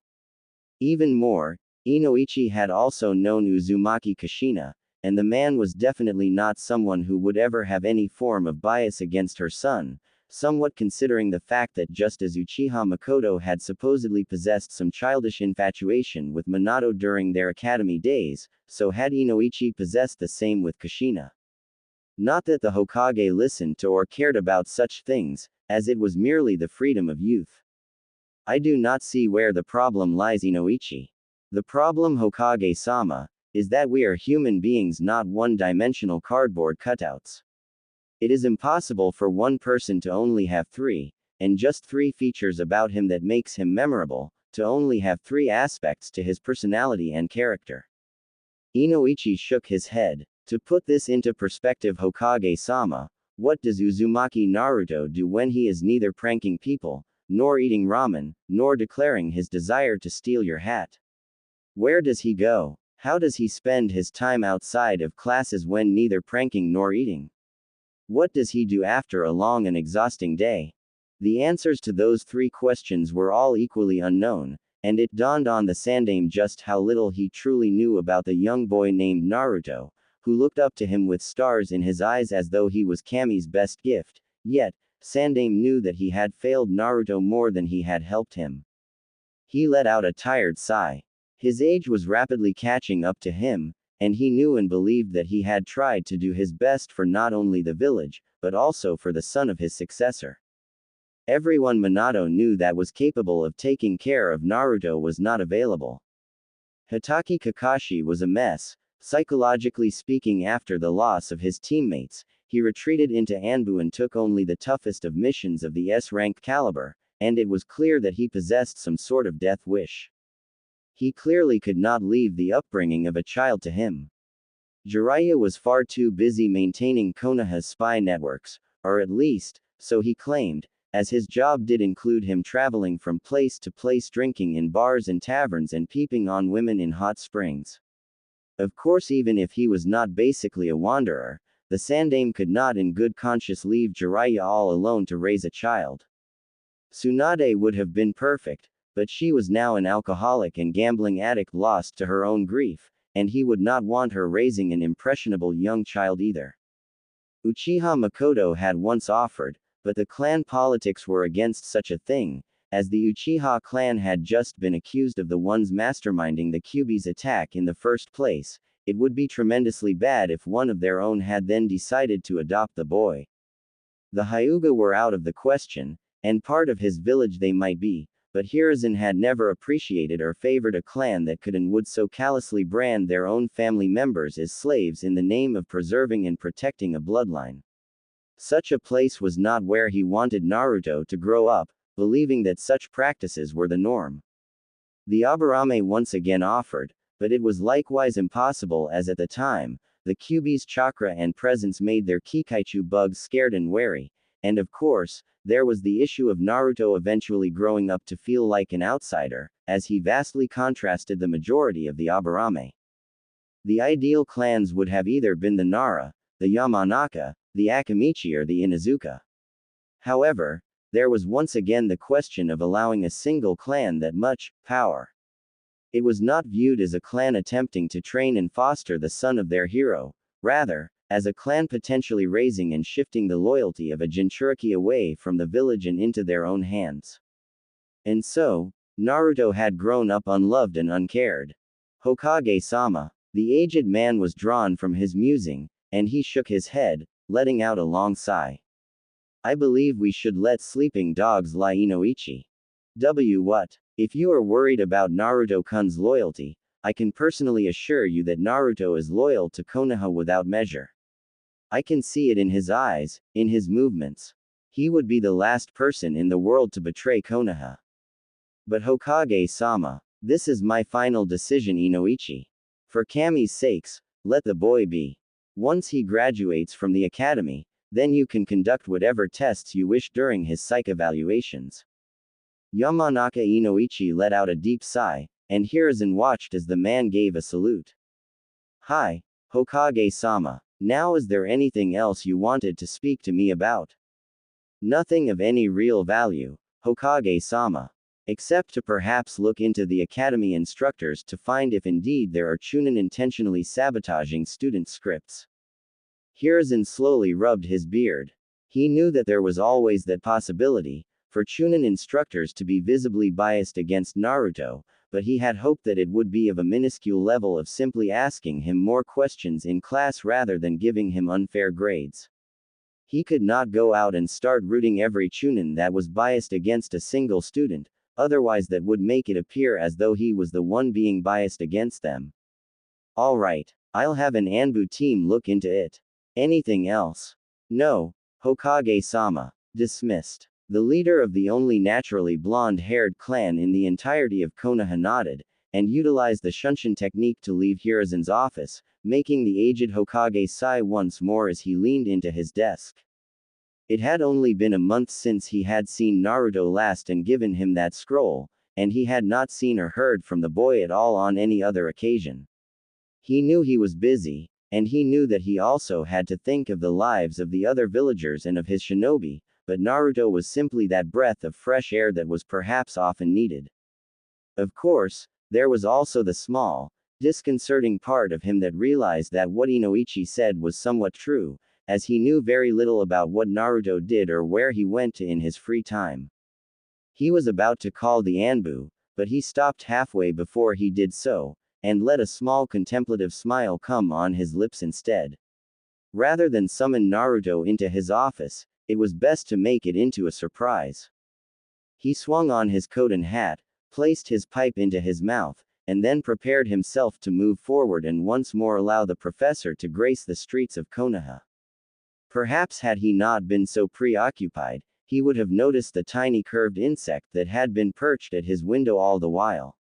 He would have seen as the bug's eyes zoomed in and out on his form, before eventually taking off into the sky, flying low through the air and free from the threat of birds before eventually landing on the hand of a certain individual.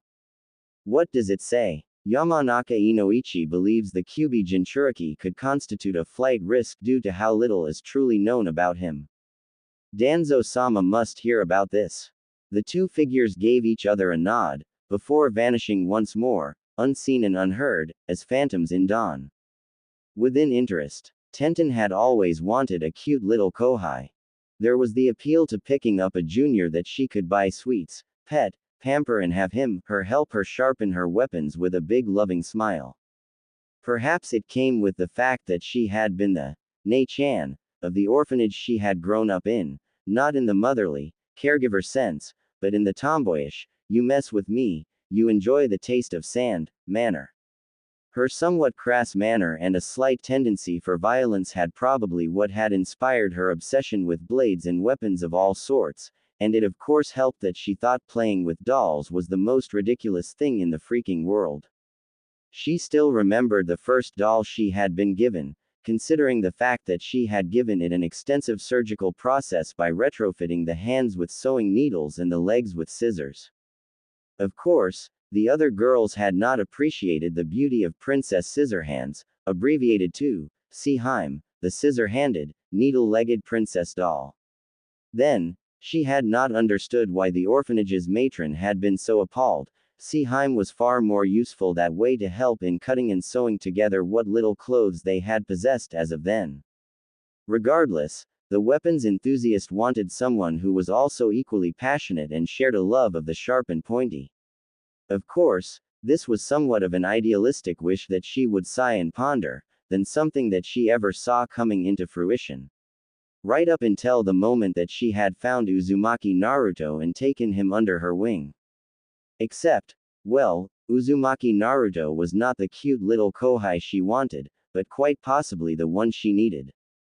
Come back here you. Assuming she did not kill him first. I'm sorry. Hello sorry. I'm Ten. Get ready to eat pointy metal. As it had turned out, she really wanted to find out if she had been a little bit too enthusiastic in seeing his display, and then she wondered if it was mere, simple, dumb luck that had saved her career as a kunoichi from coming to a terrible end. So of course, she had needed to confirm that hypothesis by recreating the scenario and seeing if indeed, Uzumaki Naruto could curve and redirect shuriken with a headbutt.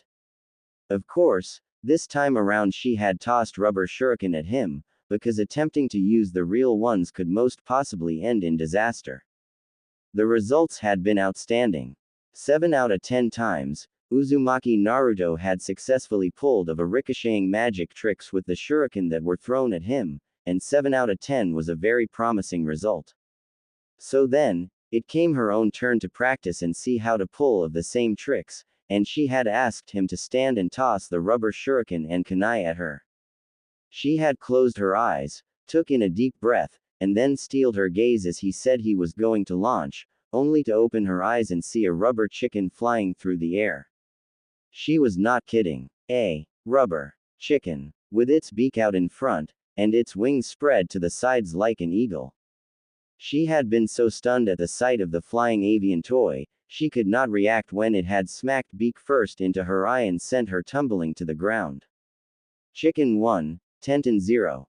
Of course, Naruto's cacophonous laughter had merely added insult to the injury, which led to her current situation of her chasing the blonde around the field while her unloading the full wrath of her weaponry. Was it overkill? Maybe. But you try explaining to Maida Guy, Rock Lee and Hyuga Neji that the reason you now had a large black eye was because an academy student clocked you in the face with a rubber chicken.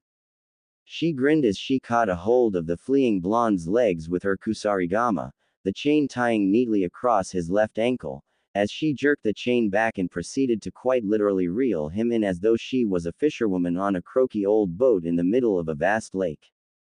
Well, look what we've got. The catch of the day, the famous orange flopper. She grinned as she watched him futilely scrape his nails against the grass in an attempt to escape. Eventually he just stopped bothering and let himself be dragged, until he came to stop directly beside her foot, and she gave him her kindest grin. You know, I kind of feel really bad for fishes right now. She rose an eyebrow. Just for fishes? No, no, no.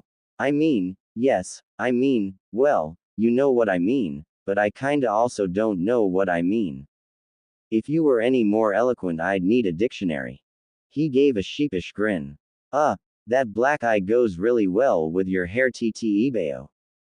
I'm not taking fashion compliments from someone who thinks wearing a blinding orange jumpsuit in the forest is a good idea for a shinobi. She sighed as she shook her head, paying little heed to his chant about how orange was the best.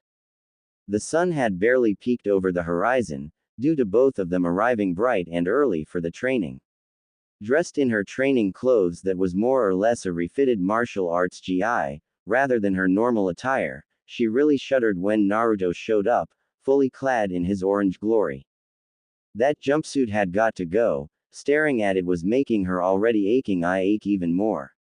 Speaking of which, how in the world did a rubber chicken have enough force to give her a black eye? For Cammy's sakes, the only thing that was capable of doing that was one of Rock Lee's punches or kicks, but of course, Lee was a gentleman at heart, and his attacks never aimed for her face. Wait, why in the world do you even have a rubber chicken in the first place? Naruto had stopped listing off the vague uses and benefits of the color orange to stop and gave her a stare. Oh yeah, that. I wanna become a trap master dadbao. She blinked. What? Was this providence? Was the fate douche onto something when he kept insisting that there was a divine will in place for each and every being? She shook her head. Heavens forbid Neji was right. You want to become a trap master, meaning you want to become a shinobi that uses traps to fight. He gave an enthusiastic series of nods. I don't see that working out well for you at all.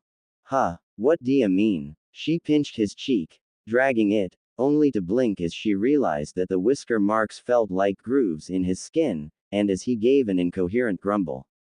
What I'm saying, chicken man, is that you look more like someone fit for flashy ninjutsu or taijutsu. She grinned. Though mostly ninjutsu, because you need to grow about a dozen couple of more inches to make sure your opponents don't lose sight of you in a taijutsu brawl, chibi. Oi, I'm not short, and the Hokage is a young bachelor with women vying for his attention. Naruto frowned. He opened his mouth for a second as if to say something, but then changed his mind and closed it as he grinned. I don't think Gigi would find that funny. She shrugged. His inability to see the comedic value doesn't mean it's true. Naruto gave another wide grin. Well, it was true, once upon a time. It's not like Hokage Gigi was born old. Tenten sighed. You're missing the point. Being an ensnarement specialist is something that takes time, dedication, and planning. If you want to plant a trap for your enemy, you are working on the assumption that you know where your enemy is, how he will react, and a plethora of different uncertain variables that will contribute to the success of your traps. And that is almost never the case in a battle. Ensnarement specialist. Awesome. I didn't know there was already a title for it, dadbao. Her left eye twitched slightly. There isn't, I just made that up on the spot, and I think you're still missing the point. No, I get it. She gave him a flat look. Really now? He placed a finger on his chin. Say, I'm on a super secret mission to guard the greatest bowl of ramen in the world, but then, shinobi from the hidden village of Noodle Broth are trying to steal it. If all I've got is my traps and stuff with me, I need to know which road they'll use to try and get the ramen, how many of them they are, and whether my traps can stop them all and keep the ramen safe all at the same time. 'Cause if I don't know all of it, my traps could fail to even catch them and they'll get away with the ramen ttebao. She blinked. That's one way of explaining it. But yes, you need foreknowledge if you intend to succeed as a shinobi using traps. If you work on a team that has a hyuga, a sensor or a tracker of any sort, you'd have that aspect mostly covered, but even then, there exists the possibilities of the traps failing, or of them missing your targets altogether. Successful trapping of opponents was something she knew about because she had dabbled a bit on it earlier, utilizing things such as bear traps and paper bomb mines. Even with Neji's Byakugan telling her where the opponents were coming from in order for them to plant down her traps, it had still not done much good.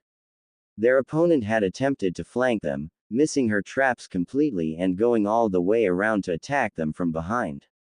Any attempt she had made to lure them towards the traps had only succeeded, until they realized they were traps there, and then proceeded to avoid it like the plague, making most of her work pointless. Sensors and ninjutsu experts were also the bane of all trap setting, because your opponents either sense the traps miles away or simply barrel through it with ninjutsu. So, what do you think I should do? She turned her gaze back to the boy, his two brilliant blue orbs looking bright and eager as he playfully tossed a rubber chicken in his hands. Me. Well, yeah, you're the expert. He rubbed the back of his head. Should I still try and be an, ensnarement specialist? Or, well, should I, Tenten scratched her head as she glanced around the area. It was strange for someone to come for her for advice on specializations, as Lee had never done it, Neji would never do it, and Guy did not need to do it. Still, she stared around her team's training ground as she contemplated a way to make Naruto's goals of utilizing traps become more effective. Training ground 9 was nothing special. There was a small pond, numerous trees, and a kicking post that had been abused to hell and back by the furious feet of Lee. The training grounds were somewhat large, as expected from Konoha, and it was filled with the luscious green trees and a thick forest covering. She turned her attention to the several bull's eyes and stationary targets that she had also abused to hell and back by puncturing them with as many shuriken and kunai as she could. All of them hit the center though, now having extraordinary aim, although it had not always been the case, and once upon a time she couldn't even toss a rolled-up paper ball into a basket 3 feet in front of her. Hello, Tenten, you still in there? Her attention rapidly turned back to the blonde, gazing at her up with eager eyes. She wanted to tell him that he was still an academy student, and he should not be bothering so much about any of this now, considering his Jonin-sensei could just come up one day and kick all of his hard work to the curb. She likewise wanted to tell him that utilizing traps was not in his best interests, considering how he seemed to be a walking ball of chakra, and he would excel at becoming a ninjutsu tank. She wanted to shake her head and contemplate what in the world she was doing, spending her Saturday morning off tutoring someone. This was one of the only 2 days when she was usually free from Guy, his eccentric mini-me and the fate douche. What had spurred her to come out so early, and start training to learn how to deflect shuriken with a headbutt? It sounded like something Lee and Guy would do when they were fired up and did not think about the larger picture. Tenten, you never really wanted to be a weapon specialist, did you? Naruto's voice had drew her from her thoughts, and she turned back to the blonde, whose eyes were the same blue, but rather than sparkle, they seemed to have a curious depth to them, like someone had dipped their hands into water and caused continuous wavy ripples. Then her mind interpreted the words and identified their semantic meaning together as sound around her started to slowly go mute. Well, she had never wanted to become a weapons specialist, even though she did like the sharp pointy objects. No, her true dream was to become like her role model, like Senju Tsunade, one of the Densetsu no Sanin, and the world's greatest and foremost medical practitioner. She had wanted to become a medic, a healer, someone who would aid her companions on the battlefield when they were wounded, someone who would ease and comfort bruises and pain. There were 1,000 people who could kill and there were a dozen kunoichi who only knew how to seduce, but there were very few individuals who could heal and restore, because that was a truly difficult task. One that had been too difficult for her, so it had seemed. Dreams were fragile, and reality came crashing upon the realization that she did not have the chakra control to become a medic. There was no hopes of her ever saving life in a profession that demanded all she did was to take it. So in the end, her dream tarnished, realization that her lifelong idol was a person she could never work to become, she had thrown herself into weapons instead. She did love and care for weapons, she really did, but there was always the nagging reminder at the back of her mind that the only reason she was a weapons specialist in the first place was because she had failed her original dream. Her goal of becoming a weapons master was just a cheap substitute. Still, no one should have known this, or at least, remembered it. Not her sensei, not her teammates, and not even her adoptive father. She gave him a steady gaze. Why do you ask? Huh, what do you mean? No one has asked me that before. Ever. She would remember easily if there had been anyone that had brought it up, but there was none. Questions she had gotten instead was about how she got so good at weapons and why she seemed to love them so much, but not one person had looked upon her and asked, "You didn't really want to do this, did you?" It was like looking at a pro fisherman, smiling with a giant shark in his hands, and then telling him that he never wished to be a fisherman and then somehow being correct. What could possibly even draw that conclusion? Well, I noticed that. He looked as though he was going to continue, before shaking his head. Never mind. It's not important. Her lips pursed. Not important. No, there was not a chance in hell that she was going to take that. Oh no, you don't. If you've got something to say, you'd better say it. He seemed doubly reluctant and it made her more annoyed. What was he hiding? Was he secretly some kind of stalker that had been following or was obsessed with her? It seemed unlikely for that to even be the case because she was certain she was a good enough kunoichi to have noticed someone wearing bright orange with bright blonde hair stalking her. So what? You just looked at me and it came to you just like that. That's not possible. What tipped it off? Well, he rubbed his chin, his eyes still giving that strange depth. It's kinda in the way you throw. She rose an eyebrow. In the way I throw. What kind of vague ridiculous statement was that? How did the way she threw her kunai and weapons indicate anything of the sort? That was like saying that you could tell a husband was cheating because he always hoarded family funds, or a woman was a murderer because she cut meat at ungodly speeds. She grabbed him softly by the collar and gave him the nicest smile she could muster. Naru-chan, would you kindly mind explaining what that means? Gah. That's the only way I can explain it, Dadbao. A pair of scissors was rapidly in her hands, summoned easily from her scroll in a puff of smoke, and her smile was becoming strained further and further as the seconds ticked by, and Naruto's face still looked reluctant. Try harder, or the orange jumpsuit gets it. Wait. Hey now, there's no reason for the jumpsuit. She gave him the look. The one she had first given Neji when he thought he could get away with talking down to her the same way he talked down to Lee, the one she got whenever someone insulted or called her one-dimensional for her choice in relying only on weapons, and the one that had usually sent tall bullies twice her size reeling back before her fists and even began to shatter their noses. There was no mirth in her eyes at this point. I don't mind getting a black eye because of hijinks, but what I do mind is when someone who literally met me yesterday can give me the googly eyes, and then suddenly come to conclusions about things that not even my own teammates and Jonin-sensei realized. So either you start talking, or I start snipping. His reluctance seemed to remain strong as his face squirmed in a myriad of expressions, right until the snipping of the scissors took off a large portion of the orange jumpsuit. Alright, you throw like Sasuke Tem. She blinked, the scissors coming to a stop in her hands. The name was infamous at this point, and you would be hard-pressed to find anyone who did not know Uchiha Sasuke, sole survivor of the Uchiha massacre. Explain. Now, he groaned. When you throw, you don't really give off that super awesome vibe of you saying, I can do this even though you really can, you give off that vibe saying, I have to do this. And what's the difference? Uzumaki Naruto gave her a shrug, his shoulders raising and dropping in rapid succession, and his depth-filled blue eyes hit her brown straight on. I can become the Hokage, but I don't have to become the Hokage. Not a word was uttered as she gazed into his eyes, and then eventually detached her grip from his collar, as she snapped the scissors close with a flick of her wrist. I think we're done here. Oi, oi, oi, what's that supposed to mean? What do you mean we're done? She dusted off her training attire as she gave the annoyingly perceptive blonde a final look.